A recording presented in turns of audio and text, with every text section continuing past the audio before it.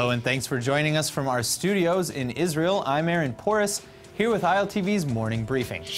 Last night's deadly escalation of violence along the Gaza border has carried over into today. Israel's Iron Dome has just intercepted another rocket fired from the Strip, the 9th projectile fired at Israeli territory in the last 12 hours.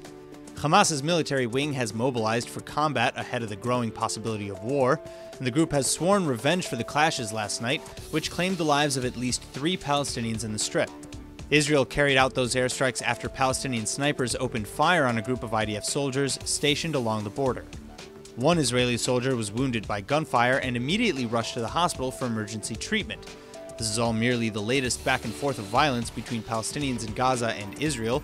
Less than a week ago, an IDF soldier was killed by sniper fire from Gaza, triggering an intense round of Israeli airstrikes that pummeled dozens of Hamas military targets. Both sides then carefully backed away from the precipice of an all-out war, but that relative calm has clearly been broken now, leaving many wondering if this dance of violence is spiraling inevitably into an unstoppable conflict. The Knesset's recent passage of the nation-state bill remains one of the more contentious issues in modern Israeli history. While supporters hailed this bill for enshrining the country's Jewish identity into its core basic laws, critics say that it's tantamount to a legalization of apartheid because it sets legal ground for systemic discrimination against nearly 2 million non-Jews who live in the country. That minority includes Israel's unique Druze community, which serves in the IDF and does social services despite not being Jewish. In something of an admission of errors here, the Knesset will be convening a special meeting today with Druze leaders to discuss atoning for any damage caused by the bill to the Druze community. Prime Minister Netanyahu summoned the meeting himself, though sources close to the Prime Minister's office say that any rewriting of the law is out of the question.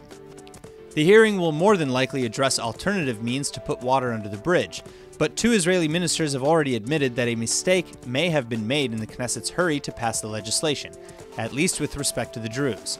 Education Minister Naftali Bennett says that after hearing the Druze side of the story, he agrees that the government must heal wounds caused by the text of the bill, wounds that he says were completely accidental. This sentiment was also just echoed by Finance Minister Moshe Kahlon, who admitted on Army radio that, quote, "The enactment of the nation-state law was done hastily. We were wrong and we need to fix it," end quote. There are over 150,000 Druze currently living in Israel. Their religious and cultural practices vary from region to region all over the world, but has roots primarily in Islam. The community in Israel speaks both Hebrew and Arabic and has integrated throughout the country while also retaining local village lifestyles.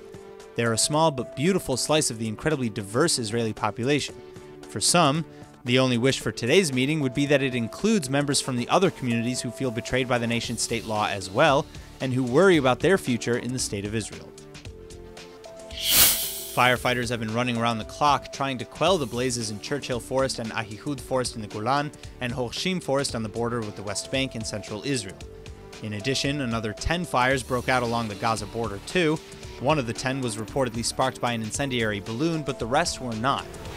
Then, near Karmei Tzur, a southern West Bank settlement, another fire was spread after a Molotov cocktail was thrown at the settlement's security fence. At least 3 homes in the settlement were damaged, but no injuries were reported. Elsewhere in Jerusalem, there was an apartment fire that broke out, leaving an 82-year-old woman and her 32-year-old son in serious condition, and another 68-year-old woman lightly hurt. Finally, this morning, another apartment fire erupted in Holon when an electric bicycle battery short-circuited. To make all these matters worse, drought has been reported in the Negev, and all this has been a result of record high temperatures recorded for July. Israelis across the country have shown how they feel through the record electricity use reported as well. Thankfully, Israel's meteorological service said that temperatures are set to substantially drop today and throughout the weekend. Palestinian teen Ahed Tamimi and her mother are now set for release this Sunday, according to the Israeli prison service speaking with the Times of Israel. After their release, the pair are scheduled to deliver a statement to a press conference in Khan al-Amar, a Bedouin village in the West Bank that's set for demolition. Ahed and her mother Nariman have both served the full 8 months of their sentence after being arrested on December 16th. Ahed's cousin Noor was also arrested but released a month later, as she played a much smaller role in the incident. The Tamimis were arrested on charges of aggravated assault, incitement to violence, and obstruction of soldiers on duty. In a video posted to social media, Ahed and her cousin Noor can be seen yelling at troops near their home. Ahed even begins to kick and slap one of them as he stands by, restraining his response. Ahed's mother tries to get in the way just before Ahed raises her fist to another soldier. They then go on to continue kicking and crowding the soldiers. Ahed claimed that one of the soldiers in the video had shot another of her cousins in the head with a rubber bullet just an hour before the video was filmed. It was over this, she explained in court, that she felt she needed to act the way she did. That being said, Ahed Tamimi and many other members of her family have become infamous for instigating conflict with the IDF and even terror attacks. Ahed has even been awarded by Turkey's then Prime Minister Recep Tayyip Erdogan. Bassem Tamimi, Ahed's father, has expressed hopes to start a third intifada or violent uprising.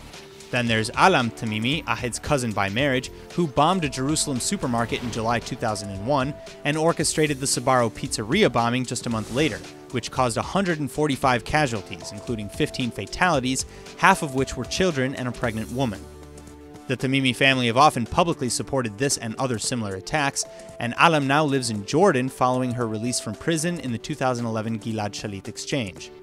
Finally, returning to Ahed, the Shin Bet has reaffirmed that the 17-year-old activist has yet to express any remorse. That's all for now. I'm Aaron Porras, and see you later with our main daily broadcast from Israel at 2 p.m. Eastern Time.